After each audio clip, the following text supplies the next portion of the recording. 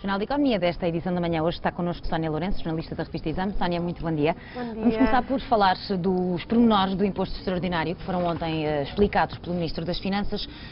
O que é que te surpreendeu mais nas explicações do Ministro? Não houve propriamente surpresas em relação ao que o Ministro veio dizer. Segue as características que tinham sido anunciadas há 2 semanas. Talvez o valor, que inicialmente tinha sido falado em 800 milhões de euros, afinal o Estado espera arrecadar para os cofres públicos 1.025 milhões de euros, sendo que 840 milhões já este ano de 2011 e depois 140 milhões no próximo ano. E é essa diferença aqui, esta diferença de valor, ou melhor, de 185 milhões em 2012, fazendo os tais 1.025 milhões. É esta diferença de valor. O que o Ministro das Finanças veio aqui dizer ontem é que, segundo os últimos dados, as últimas previsões do Governo, há aqui uma derrapagem da despesa de 1.000 milhões de euros. Com este imposto, praticamente essa diferença fica coberta, estando assim perto de garantir o cumprimento da meta do déficit dos 5,9% este ano. Vamos ver como corre depois a execução orçamental no resto do ano, mas fica perto de ser conseguido o cumprimento dessa meta, que Portugal tem de facto de cumprir, não pode haver falhas. Essa foi aqui a principal diferença, foi no valor que de facto é superior. No resto não houve propriamente surpresas. Todos os rendimentos todos os rendimentos englobáveis em sede de IRS, portanto todos os rendimentos que são incluídos na declaração de IRS que os contribuintes preenchem na primavera vão estar abrangidos, portanto o trabalho dependente, as pensões, os rendimentos prediais, ou seja, as rendas que os senhorios recebem e também alguns tipos de rendimentos que estão sujeitos a contribuições especiais. É o caso aqui das mais-valias, nomeadamente relativas à alienação de ações ou de outros títulos financeiros, também vão ser abrangidas, porque são rendimentos que estão englobados na declaração de IRS. De fora ficam rendimentos não englobados e que são sujeitos a taxas liberatórias, como os juros e os dividendos, como também já tinha sido logo começado a falar-se quando a medida foi anunciada há 2 semanas. Isto porque o Ministro que vem dizer apontou 3 razões. Primeiro, porque é necessário promover a poupança em Portugal, daí procurar não penalizar os juros dos depósitos.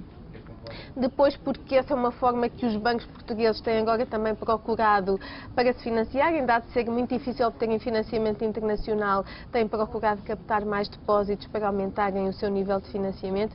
E terceiro, até por dificuldades técnicas de incluir estes rendimentos no imposto, exatamente por não serem englobados no IRS, seria mais difíceis, mais complexos os cálculos.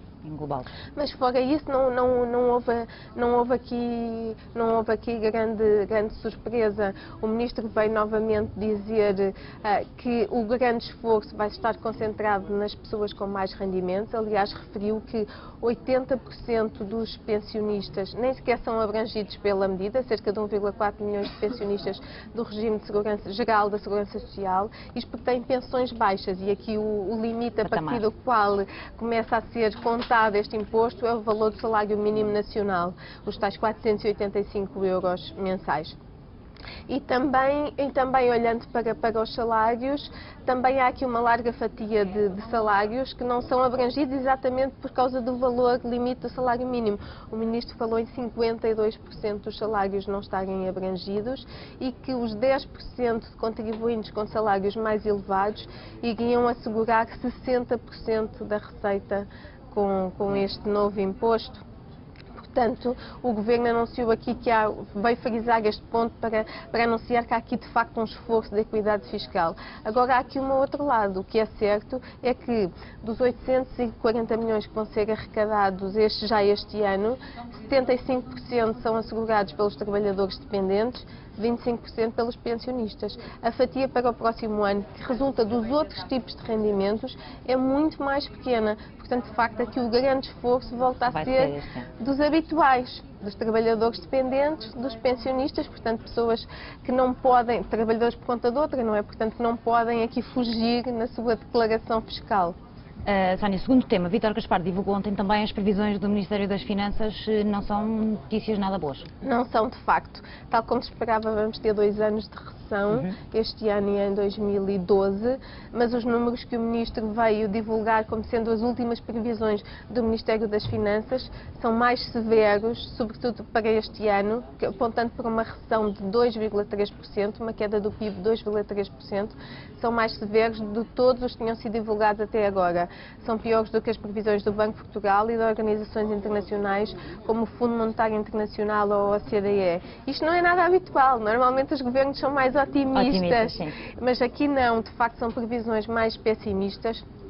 Portugal enfrenta de facto aqui uma situação muito complicada, com a queda do investimento, do consumo privado, do consumo público. Só restam aqui as exportações como fator de dinamização da economia. E o cenário pode ainda piorar para o consumo privado, porque as previsões do Ministério das Finanças para o mercado de trabalho são negras, é a mesma palavra a usar. 13,2% de taxa de desemprego. 12,5% este ano, 13,2% de taxa de desemprego no próximo ano, são números inéditos em Portugal. Sónia, terceiro tema, vão ser divulgados hoje e estão a ser aguardados com muita expectativa os resultados dos testes de stress aos bancos. É verdade, é verdade. São hoje divulgados os resultados a nível europeu, portanto para toda a Europa ao mesmo tempo, hoje ao final do dia, às 5 da tarde, ou seja, já depois dos mercados fecharem, há sempre essa precaução dos reguladores e dos supervisores para a notícia ser absorvida mais lentamente pelos mercados. São 91 as instituições analisadas na Europa, em Portugal são 4 grandes bancos, a Caixa Geral de Depósitos, o Millennium BCP, o BES e o BPI. E o que estes testes de stress, no fundo, o que é que fazem? A ideia é perceber a solidez dos bancos, como é que os bancos vão reagir em termos da sua solidez financeira em caso de um cenário económico extremo e grave, ainda pior do que o que vivemos. Ou seja, as hipóteses que são consideradas são de uma recessão séria no país em causa e na própria zona euro, são de uma queda acentuada nos mercados de capitais e de um agravamento ainda maior da crise da dívida soberana. E o que vão avaliar é que, caso este cenário extremo ocorra, vamos ver até que ponto será extremo, dada a evolução que a economia europeia tem tido, caso este cenário extremo ocorra, quais é que são os bancos que conseguem manter um rácio de capital, o rácio de Core Tier 1, para as pessoas perceberem, é o rácio de capital a que os supervisores estão nesta altura mais atentos, se mantém acima dos 5%, ou seja, quais os bancos se mantêm sólidos. Já se sabe que há bancos espanhóis que vão chumbar neste teste. Resta saber. Vamos ver como se comportam os portugueses. Sónia, muito obrigada. Bom fim de semana. Obrigada, bom fim de bom semana, dia. Andreia.